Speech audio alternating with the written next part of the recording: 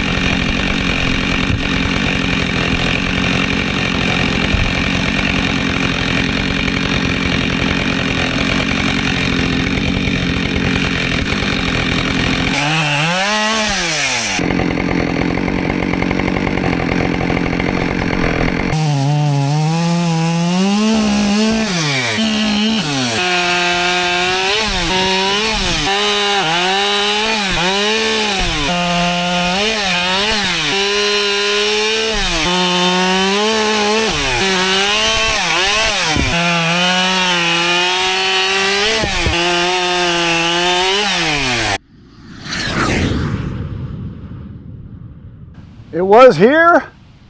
Now it's over there. There is the load I got on full cord and a third, 4-face cords, 444, that's what it is. And I'm just gonna leave it like this. I'm either gonna deliver this tomorrow or the next day. At least it's done. And I would say all together that took 2.5 hours, cutting and splitting and loading. And if I'd have been using a processor, that would have been 20 minutes, something like that. Doesn't take long, but I got to start on it, and that's the main thing. So I cut all this stuff here. That's the stuff I couldn't even fit in. The rest of this right here is probably all going to be boiler wood also. There's some really big stuff in there too down here. I'll have to rip some of these. That bad boy there is huge, and a couple of those are pretty huge too. And then there's a bunch of other ones in there that are marked with red that are the stuff that's wet. All the dry stuff I put over here in front of the truck, right over there. That's the dry stuff I've been sorting out. And this is what's left of that pile. So anything that's got a red hash mark on it, I marked that yesterday, I think. That's the stuff I know is wet on the inside. These little bitty ones like this, you can see are really checked. This is gonna be all real dry. Anything with bark on it like this will still be wet too. Stuff that's just solid, you can tell. Like here's one that's really checked. You can see this will be dry all the way through, but this one's doesn't have that checking, so this one will probably be wet. Some of them might be dry that I processed. This one for sure will be wet because it's got bark on it. That one for sure. You can see how smooth that is in comparison to something like that where it's rough or it's cracked all the way through.